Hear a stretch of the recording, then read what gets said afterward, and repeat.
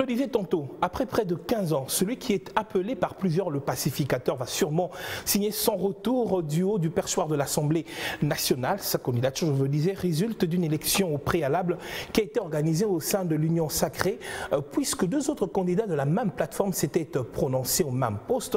C'est donc sur le patron de l'Union pour la nation congolaise que les membres de l'Union sacrée ont jeté leur dévolu. Est-ce le choix de la raison, un forcing de l'ancien directeur de cabinet du chef de l'État ou tout simplement une loyauté à Félix Tshisekedi récompensée? C'est le premier dossier. Nous sommes en novembre 2018. Les leaders de l'opposition prennent rendez-vous à Genève pour se choisir un candidat unique à la présidentielle qui sera face au candidat du pouvoir. Le choix est porté sur Martin Fayulu. La coalition Lamouka a choisi par vote M. Martin Fayulu Madidi comme candidat commun de l'opposition à l'élection présidentielle du 23 décembre 2018. Un choix qui ne fera pas l'unanimité.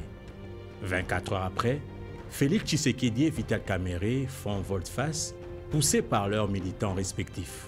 Félix Tshisekedi retire sa signature de l'accord.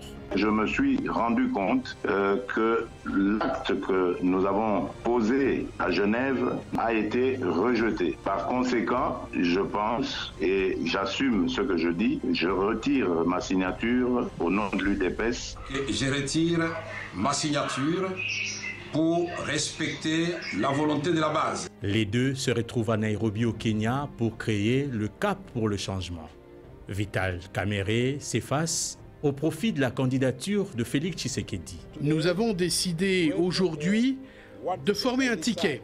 À Dieu et au peuple qui me regarde, je décide aujourd'hui de soutenir M. Tshisekedi dans sa campagne pour la présidence du Congo.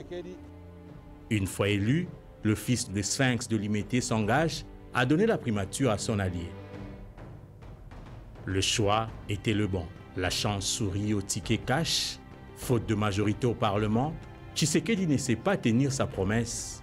Il est donc obligé de composer avec le Front commun pour le Congo. Conséquence logique, la primature échappe à Vital Kamerhe. Il devra se contenter du poste de directeur de cabinet du chef de l'État. Nous, ça sera la collégialité. Et toutes les personnes ici devant nous nous ont accompagnés dans cette lutte qui est loin d'aboutir. Un poste qui va lui porter malheur. Le projet 100 jours qu'il pilotait est un fiasco. Ce projet est entaché d'une série de détournements de fonds. Vital Kamerhe sera le principal accusé dans ce procès qualifié de l'année. Longtemps intouchable, l'homme politique contre toute attente ne s'en sortira pas. Le sont en concours matériel partant, cumulent les peines et prononcent à leur encontre la peine de 20 ans de travaux forcés. Des mois durant, l'Union pour la nation congolaise a clamé l'innocence de son chef, emprisonné, dénonçant un complot du pouvoir destiné à l'écarter de la course à la magistrature suprême. Nous constatons que ça, c'est un machiavélisme pur. Machiavel avait dit qu'il faut éliminer toute personne qui détient un secret de votre pouvoir. Je doute ou je regrette que ce soit l'angle qu'a pris le chef de l'État et l'UDPS. L'UDPS et l'UNC se regardent en chien de faïence. Cette condamnation laisse présager un divorce entre Félix Tshisekedi et son ancien directeur de cabinet. Je continue à croire que Vital Kamerhe est non seulement quelqu'un de sérieux, de correct, mais en plus quelqu'un dont la République a besoin. Grâce à son intelligence, grâce à son expérience. Et je suis convaincu qu'il jouera à nouveau un rôle dans ce pays. Vital Kamerhe va faire une spectaculaire remontada. En moins de 3 ans, il aura été arrêté, condamné à 20 ans en prison, puis aura vu sa peine réduite à 13 ans avant d'être remis en liberté provisoire, puis être de nouveau jugé en appel et cette fois acquitté. Devant le premier juge, le temps nécessaire n'était pas donné à la défense pour pouvoir produire et débattre de toutes les preuves que l'on détenait qui devraient établir l'innocence de notre client. Au sein de l'opinion, on en est convaincu. Pourtant, à sa sortie de prison, il va à la rencontre de son allié. Le président de la République prédisait le retour de celui qu'on surnomme le pacificateur.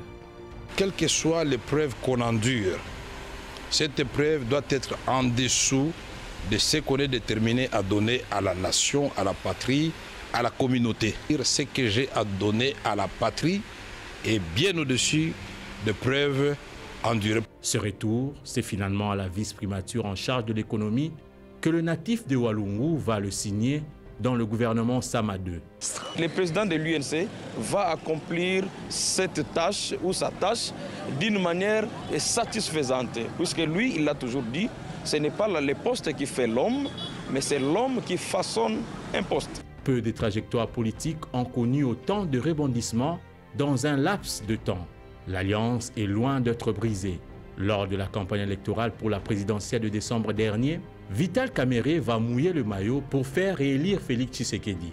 Il réaffirme sa loyauté au chef de l'État. Ce jour-là, n'oubliez pas le numéro 20. Le président de la République m'a envoyé dire aux filles et aux fils de Kenge et à travers vous les habitants de la province du Kwango qu'ils vous aiment énormément. Il aura non seulement gain de cause et se fera aussi élire député national à Bukavu, son fief d'antan. Ces primaires pour le perchoir de l'Assemblée nationale est, selon des avertis, une manière de rendre l'ascenseur à celui qui s'est fait longtemps oublier au profit du président de la République. Nous allons faire en sorte que nous puissions réhabiliter l'Assemblée nationale. Nous allons faire en sorte que les députés nationaux soient respectés au même titre que les sénateurs américains, au même titre que les députés français. Que le ministre, quand il est interpellé, qu'il se prépare en conséquence parce que nous allons évaluer constamment le travail des ministres pour aider. Le président de la République a réalisé son rêve de 6 promesses faites au peuple congolais.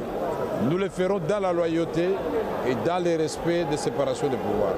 Vital Kamerhe à ce poste depuis au terme d'un invraisemblable feuilleton judiciaire. Il a été acquitté et rappelé sur les devants de la scène. Garde-t-il de ces 3 années quelques aigreurs?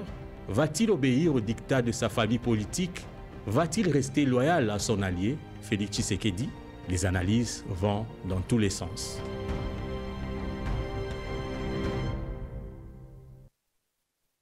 Mosé Vital Kamerhe dans la course aujourd'hui à la présidence de l'Assemblée nationale, un poste qu'il a brigué finalement à défaut d'avoir obtenu la primature?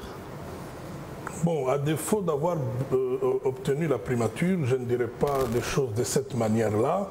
Il faut savoir que Vital Kamerhe a toujours dit d'ailleurs qu'il n'a pas l'obsession de poste.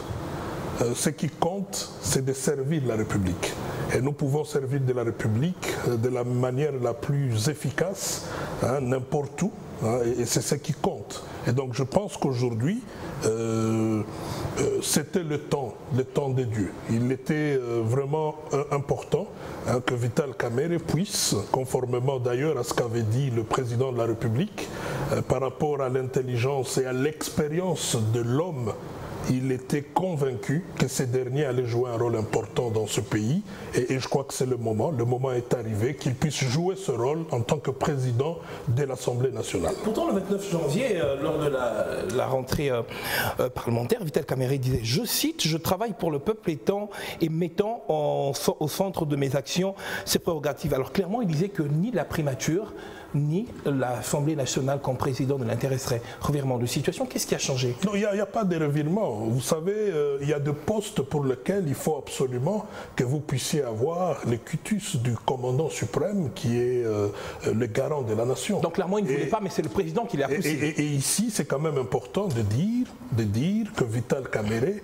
était le choix du président de la République pour être candidat président de l'Assemblée nationale. Sans qu'il ne le veuille lui-même. Pour le compte de la majorité. Sans qu'il ne le veuille lui-même. Écoutez, vous savez, parfois en politique, il y a des choses, on n'est pas maître de soi-même. Ce que je deviens par moment, c'est la volonté de Vital Kamerhe. Et moi, je ne suis qu'un pion.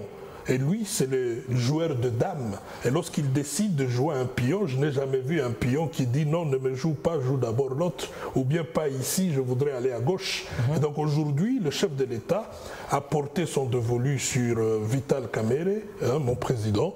Et ces derniers a été dans cette gymnastique démocratique pour mériter aujourd'hui être candidat président de l'Assemblée nationale pour le compte de la majorité. Justement, cette gymnastique donc des primaires organisées au sein de l'Union sacrée. Sur quoi est-ce que vous pensez, est-ce que les députés, en fait, les membres de l'Union sacrée ont jeté leur dévolu? Qu'est-ce qui a convaincu justement les membres de l'Union sacrée pour porter haut la main Vital Kamerhe comme candidature de cette plateforme? Non, vous savez, Vital Kamerhe, ce n'est pas quelqu'un qu'on ne connaît pas, c'est quelqu'un qu'on ne présente plus. Vital Kamerhe, c'est quelqu'un d'expérimenté, hein, et je crois que moi j'étais à l'Assemblée nationale et je ne suis pas très sûr, hein, que quelqu'un pourrait me contredire.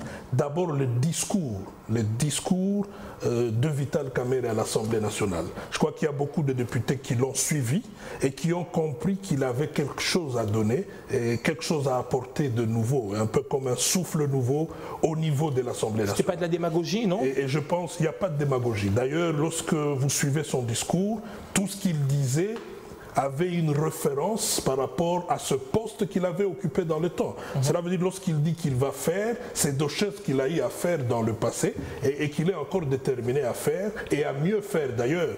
Et moi je pense qu'aujourd'hui, avoir le président Vital Kamerhe comme président de l'Assemblée nationale, hein, serait quelque chose de formidable pour la République. Hein, question d'avoir autour de lui des personnes qui vont avoir le même dynamisme, la même volonté, mais aussi la même détermination à servir la République à travers cette institution qui est une institution importante dans le devenir de notre pays. Alors, quelle marge de manœuvre est-ce qu'il se donne dans un contexte, hein, on l'avait suivi ce dossier, quelle marge de manœuvre il se donne dans un contexte de dictat de sa famille politique?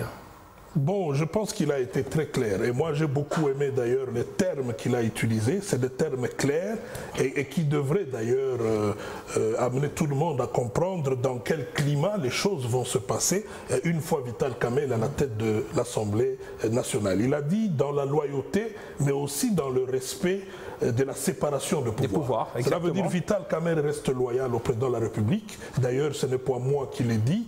Lorsqu'il a été reçu après son élection aux primaires, lors des primaires, il a dit au président de la République qu'il réitérait encore une fois sa loyauté. Et donc il a toujours été loyal et sur ce point il n'y a pas de doute. Mais au-delà de la loyauté, il ne faut pas oublier qu'il est président, il est appelé à être président d'une institution qui est indépendante. Et cette séparation de pouvoir voudrait qu'au-delà de la loyauté qu'il va continuer à avoir pour le président de la République, qu'il puisse traiter tous les dossiers qui arriveront à l'Assemblée nationale dans tout professionnalisme possible, mais aussi tenant compte bien évidemment des intérêts de la population. Le 25 mars 2009, Vital Kamerhe démissionne de son poste, de ce même poste-là, s'opposant justement à une décision prise par sa famille politique. Est-ce que Vital Kamerhe serait prêt à réitérer cette opposition farouche face au dictat de sa famille politique? Bon, je ne pense pas que ce soit vraiment le moment d'imaginer un scénario comme celui-là. C'est quelque chose qu'on a vécu il y a plus de 15 ans. Et je ne pense pas qu'on peut commencer maintenant à imaginer le même scénario avec la manière dont les choses se passent actuellement. Mais au moins vous pouvez vous rassurer que Vital Kamerhe a pris l'engagement, et je connais l'homme, de travailler et de manière à permettre à la population congolaise d'être vraiment satisfait du travail qui sera rendu au niveau de l'Assemblée nationale.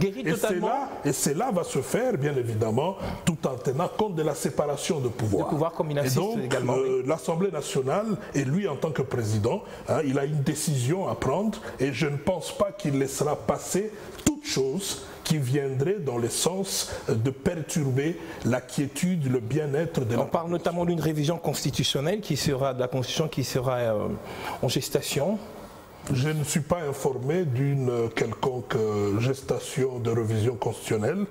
Mais, au cas où, est-ce qu'il serait prêt? Mais on doit quand même être très clair. Oui. Réviser la Constitution, je ne sais pas pourquoi c'est devenu un problème au Congo. Je crois qu'il y a un peu comme une phobie autour de ça. Mais la Constitution, c'est une œuvre humaine. Ça doit garder les intérêts des politiques. Mais c'est ce que je dis, attention, il faut faire attention. On peut réviser la Constitution, mais il faudrait alors que ça soit une révision qui puisse puisse bénéficier aux Congolais. Ouais.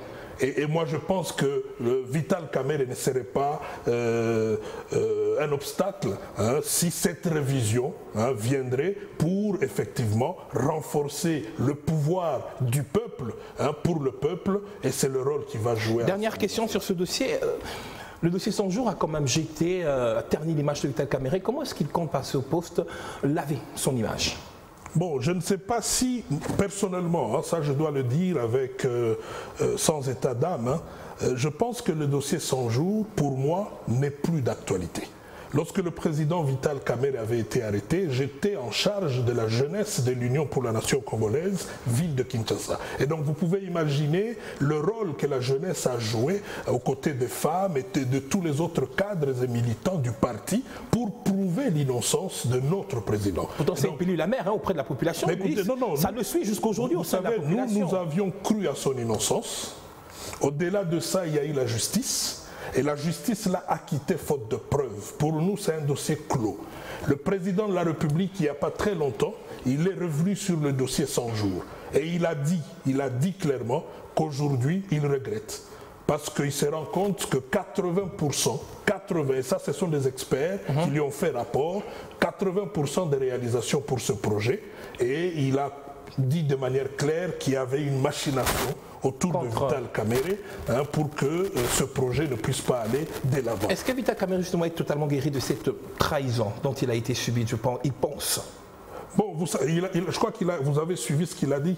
Les épreuves qu'il endure sont vraiment très bas par rapport à sa volonté de servir la République. Et moi je pense que c'est ça même la réponse à cette question-là. Et savoir si Vital Kamerhe est guéri, mais je pense qu'il est guéri depuis très longtemps. Très longtemps. Pas de rancœur? Non, pas de rancœur. C'est pas ça, Vital. Pour quelqu'un qui connaît Vital Kamerhe, il n'y a pas de rancœur avec lui. Allez, nous allons prendre le deuxième dossier.